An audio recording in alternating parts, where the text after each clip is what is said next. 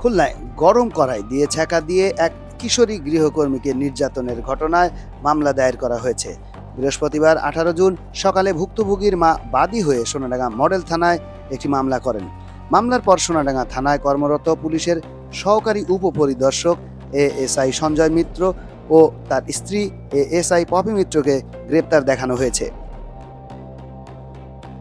Sonadanga model থানার ভারপ্রাপ্ত কর্মকর্তা ওসি মোহাম্মদ রফিকুল ইসলাম জানান, ভোরে ভুক্তভোগীর মা নরসিংদী থেকে খুলনা এসে থানায় মামলা দায়ের করেন। মামলার পর অভিযুক্ত পুলিশ দম্পতিকে গ্রেপ্তার দেখানো হয়। নির্যাতনের শিকার কিশোরী চিকিৎসার জন্য খুলনা মেডিকেল কলেজ হাসপাতালে ভর্তি রয়েছে।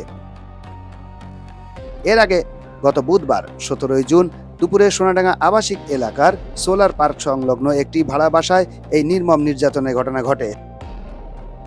স্থানীয়রা জানালা দিয়ে দেখতে পান গরম কড়াই দিয়ে মেয়েটির মুখমণ্ডল ও শরীরের বিভিন্ন স্থানে ছ্যাঁকা দেওয়া হচ্ছে। যন্ত্রণায় মুখ ফিরিয়ে নেওয়ার চেষ্টা করলেও তাকে কান ধরে উঠবোস করানো হয় বলেও অভিযোগ রয়েছে। স্থানীয়দের দাবি, হাত থেকে তরকারি পড়ে যাওয়াকে কেন্দ্র করে এই গৃহকর্ত্রী ওই কিশোরীর উপর নির্যাতন চালায়। ঘটনার সময় স্থানীয়রা পুলিশকে খবর দিলে পুলিশ ঘটনাস্থলে গিয়ে কিশোরীকে উদ্ধার করে ভিকটিম সাপোর্ট সেন্টারে নিয়ে যায়। পরে তার শারীরিক অবস্থার অবনতি হলে খুলনা মেডিকেল কলেজ হাসপাতালে ভর্তি করা হয়। ঘটনাটি এলাকায় ব্যাপক চাঞ্চল্যের সৃষ্টি করেছে। নির্যাতনের সঙ্গে জড়িতদের বিরুদ্ধে দৃষ্টান্তমূলক শাস্তির দাবি জানিয়েছেন স্থানীয় বাসিন্দারা। পরবর্তীতে এই যে পুলিশ দম্পতি আছে তাদের কাছ থেকে কথা জিজ্ঞাসাবাদ করার পরে আমরা এই যে গৃহকর্মী আছে ওর মার সাথে যোগাযোগ করতে পারি।